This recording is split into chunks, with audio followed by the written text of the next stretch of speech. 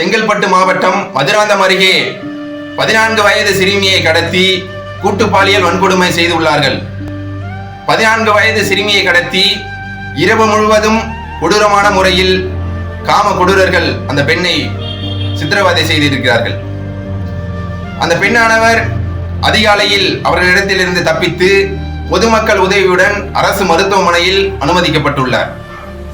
இது குறித்து காவல் நிலையத்தில் புகார் செய்து அந்த வழக்கு விசாரணைக்கு வந்து கொண்டுள்ளது.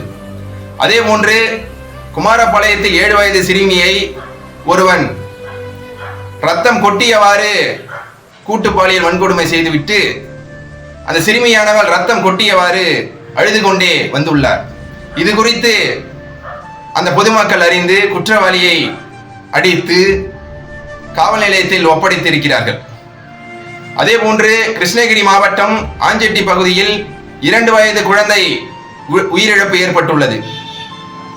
அந்த குழந்தையானவர் உடற்கூறு ஆய்வில் 2 வயது குழந்தை பாலியல் ரீதியான தொந்தரவு செய்யப்பட்டு இறந்திருக்கின்றது என்ற அதிர்ச்சி தரும் தகவலை அரசு மருத்துவமனை மருத்துவர்கள் தெரிவித்திருக்கிறார்கள்.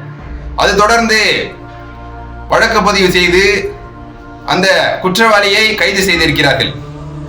அதே போன்று தற்பொழுது தூத்துக்குடி மாவட்டத்தில் மட்டுமின்றி தமிழகத்தையே உலுக்கியிருக்கும் +2 மாணவியின் நிகழ்வு மிக பெரும் அளவில் அனைவருக்கும் மிகப்பெரிய ஒரு துயரத்தை உண்டாக்கி இருக்கின்றது. தூத்துக்குடி மாவட்டம் வேடநத்தம் என்ற கிராமத்தில் இயற்கை உபாதை கழிக்க சென்ற 12ஆம் வகுப்பு படிக்கக்கூடிய ஒரு மாணவியை கூட்டு பாலியல் வன்கொடுமை செய்து இரவு முழுவதும் சித்திரவதை செய்து கொடூரமான முறையில் அந்த பெண்ணை துண்டு துண்டாக வெட்டி வீசிவிட்டு சென்றுள்ளார்கள். இதுபோன்று நாளுக்கு நாள் பெண்களை பாதுகாப்பு என்ற ஒரு முறையில் பல திட்டங்களை அறிவித்தாலும் இன்று பாலியல் வன்கொடுமை நாளுக்கு நாள் அதிகரித்துக் கொண்டேதான் இருக்கின்றது. தண்டனைகள் அதிகப்படுத்த வேண்டும், குற்றங்கள் குறைய வேண்டும், பெண்களின் பாதுகாப்பு உறுதிப்படுத்த வேண்டும். பெண் பிள்ளைகளை வைத்திருப்பவர்கள் அச்சத்தோடு இன்று வாழ்ந்து கொண்டிருக்கிறார்கள். பள்ளி கல்லூரி செல்லக்கூடிய மாணவர்கள் முதல் பிறந்த குழந்தை வரை இந்த பாலியல் ரீதியான பிரச்சனை ஏற்பட்டுக் கொண்டிருக்கின்றது. தமிழக காவல்துறைக்கும் தமிழக முதல்வர் அவர்களுக்கும் நான் ஒரு வேண்டுகோளை வைக்க கடமைப்பட்டிருக்கின்றேன். பாலியல் ரீதியான தொந்தரவு ஏற்பட்டால் அவன் உடனடியாக தூக்கு தண்டனை விதித்து அடுத்த ஒரு குற்றவாளியை உருவாக்குவதற்கு இதுவே ஒரு அச்சத்தை உண்டாக்கும் வகையில் அமைய வேண்டும். வழக்கு வேண்டாம், வழுக்கி விழுந்து விட்டான், மாவு கட்டு போட்டு விட்டோம் என்று கூற வேண்டாம். தாக்க முயன்றான், தற்காப்புக்காக சுட்டு விட்டோம் என்று முடித்து வையுங்கள். வரும் குற்றவாளிகளை இதுபோன்று தவறுகள் நடந்தால் அவர்கள் சிந்திப்பார்கள். இதுவே பெண்களின் பாதுகாப்பை உறுதிப்படுத்துவதற்கு நீங்கள் செய்யும் மிக பெரும் ஒரு ஆட்சியில் முக்கிய பங்காகும்.